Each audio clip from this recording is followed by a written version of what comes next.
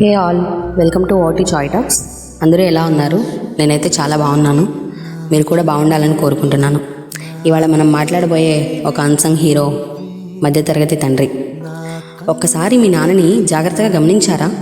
ఇంట్లో అందరూ తన సమస్యలు చెప్తారు, కానీ నాన్న తన సమస్యల్ని ఎవ్వరికీ చెప్పరు. ఎందుకో తెలుసా? ఆయన బలహీనంగా కనిపిస్తే ఆ కుటుంబం భయపడుతుందని తెలుసు. మధ్యతరగతి తండ్రి జీవితంలో సెలవులు ఉండవు, సిక్ లీవ్స్ ఉండవు, మూడ్ ఆఫ్ అనే ఆప్షనే ఉండదు.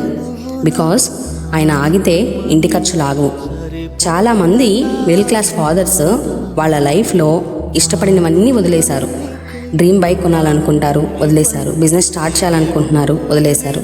తన కలలన్నీ నెరవేర్చుకోవాలనుకున్నారు, కానీ కుటుంబం కోసం పక్కన పెట్టేశాడు. మనం చిన్నప్పుడు నాన్న ఇది కావాలి అని చెప్తాం, కానీ ఆ వస్తువు మన దగ్గరికి ఎలా వస్తుంది? దానికోసం ఆయన ఎన్ని సర్దుబాట్లు చేశాడు. ఒకళ్ళ ఇంట్లో స్కూల్ ఫీజు కట్టడానికి, ఒకళ్ళ ఇంట్లో వాళ్ళ పిల్లలు అడిగిని తేవడానికి తన బంగారు కళ్ళనన్నింటినీ అమ్ముకున్నాడు. తన వర్తమానాన్ని త్యాగం చేశాడు.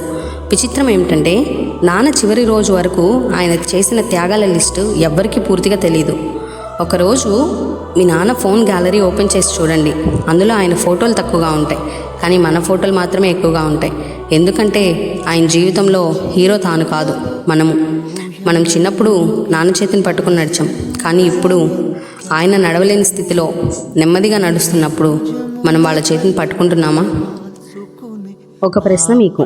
మీ నాన్నతో చివరిసారి ఎప్పుడు కూర్చొని మాట్లాడారు? పని కోసమో డబ్బుల కోసమో కాదు. ఆయన గురించి, ఆయన ఎలా ఉన్నారు, ఆయన సంతోషంగా ఉన్నారా? ఎందుకంటే ప్రపంచం మొత్తం మీ విజయాన్ని సెలబ్రేట్ చేస్తుంది, కానీ మీ ఓటమిని తన గుండెల్లో పెట్టుకొని బాధపడేది మీ నాన్న మాత్రమే. అమ్మ ప్రేమ మనల్ని పెంచుతుంది, నాన్న త్యాగం మనల్ని నిలబెడుతుంది. అమ్మ కన్నీళ్ళు మనకు కనిపిస్తాయి, నాన్న కన్నీళ్ళు ఎక్కువగా కనిపించవు. అందుకే నాన్నకి బాధ లేదనుకోవద్దు, నాన్నకి బాధ్యతలు ఎక్కువ. హ్యాపీ ఫాదర్స్ డే నాన్న.